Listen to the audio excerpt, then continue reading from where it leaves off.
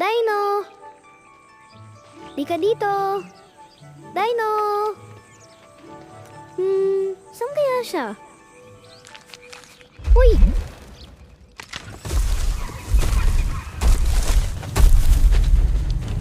Wow! Okay, roll over. Good boy!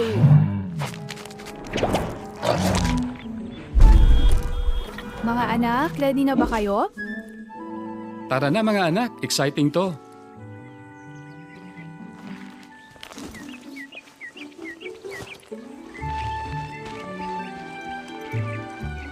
Tara na, ate. Okay. Dad? Kumakain po ba si Jehovah? Hindi, pero ginawa niyang masarap ang pagkain para sa atin.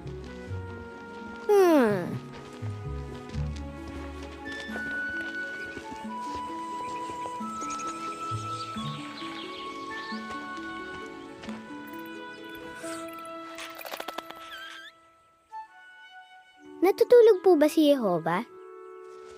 Hindi rin. Pero gusto ni Jehovah na laging masarap ang tulog mo.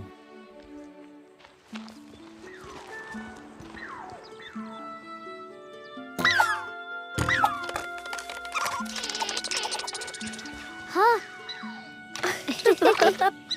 Nag-enjoy din po ba si Jehovah? Oo naman. Sa kanya nga nanggaling yun eh.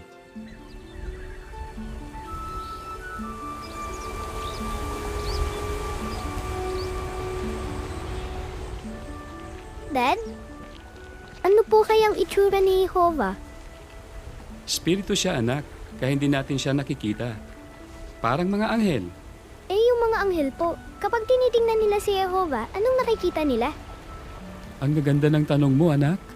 Di ko alam ang nakikita nila. Pero alam mo kung anong pwede nating makita? Nandito yon sa Roma 1:20. Pwede mo bang basahin, Sofia? Sige po. Ang kanyang di nakikitang mga katamian ay malino na nakikita mula pa ng lalangin ng mundo.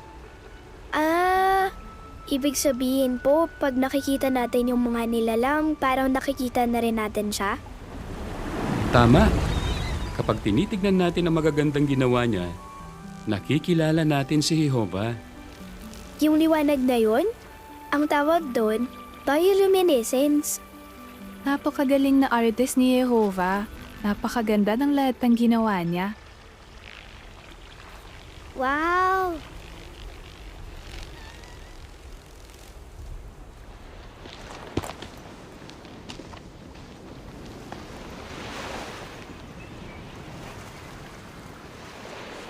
Ikaw Caleb, anong pinakagusto mong ginawa ni Jehovah? Ang pinakagusto ko? Outer space! Wow! Malalaking ulap yan na gawa sa gas at alikabok. Diyan galing ang mga star. Napakadaming star! Alam mo, maraming energy ang nilalabas ng stars. Ang ganda ng pagkakagawa sa kanila ni Jehovah. Oo, binigyan pa nga sila ni Jehovah ng pangalan. Grabe yung kapangyarihan ni Jehovah. Mom? Ha? Wow! Ikaw naman, Sofia. Anong paborito mong ginawa ni Jehovah? Yung utak. Ako din.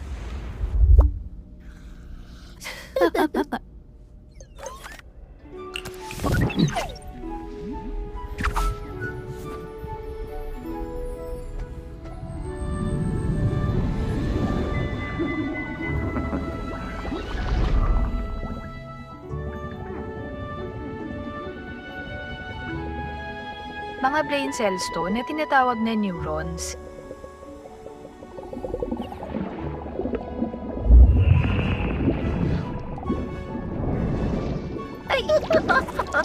Nakakakiliti. Mga impormasyon yun na dumadaan sa neurons ni Caleb. Napakarami nila.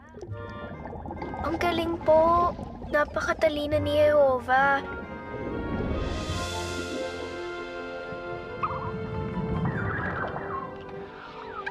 Wow! Pwede sana tayong gawing robot ni Jehovah. Pero hindi. Hinahayaan niya tayong mag-isip at magpasya.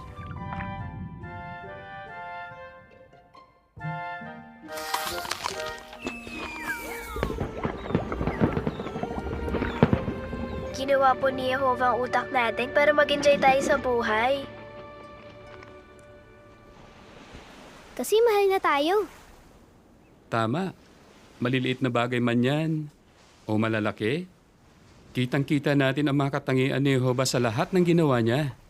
Yan ang sinasabi niya sa atin sa Roma 1:20. Buti lang may mga apple. Ikaw, Dad, ano pong pinakagusto niyong ginawa ng Diyos? Ako, yung pagkakagawa niya sa atin, nang lalangin tayo ni Jehovah, ginawa niya tayo ayon sa larawan niya. Dahil sa Kanya, may magagandang katangian tayo. Kaya kapag nakikita natin nagpapatawad ang iba, o gumagawa ng mabuti, at nagmamahal, nakikita natin kung sino si Jehovah. Pero Dad, gusto ko rin po sanang makita si Jehovah. Hindi lang yung mga katangian niya. Gusto mo talagang makilala si Jehovah. Alam mo, Caleb, marami kang mababasa sa Biblia. Doon may imagine mo talaga si Jehovah. At makikita mo rin doon kung gaano niya tayo kamahal. Yan ang gusto ni Jehovah na makita mo. Buksan mo lang ang mga mata mo. Nakabukas na po. Hanapin mo si Jehovah. Nakikita mo ba siya?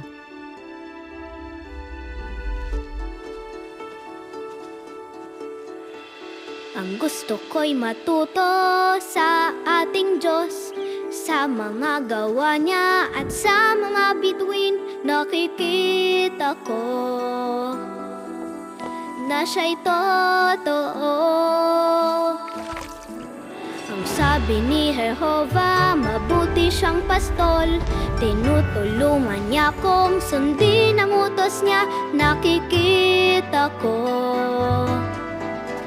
na siya'y totoo.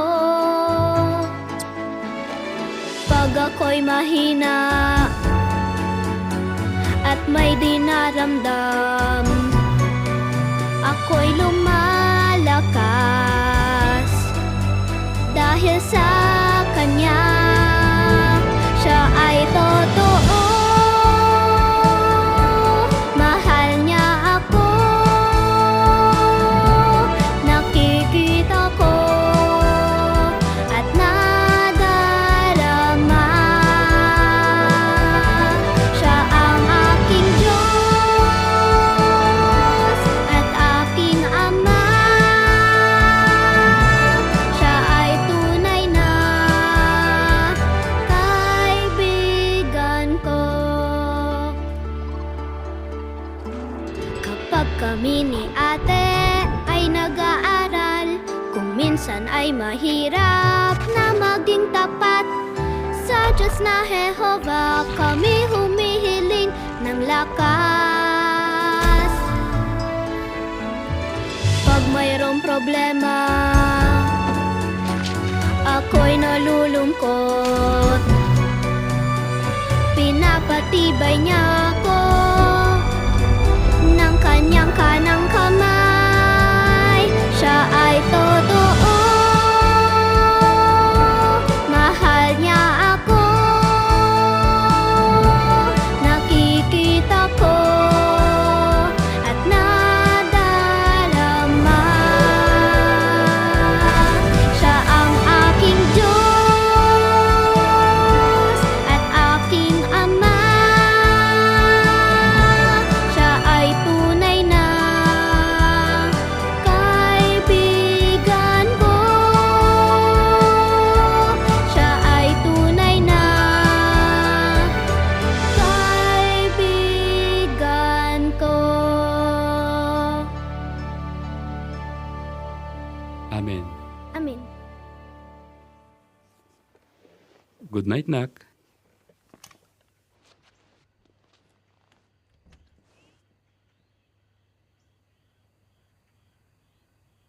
Mahal ko po kayo, Diyos na Jehovah.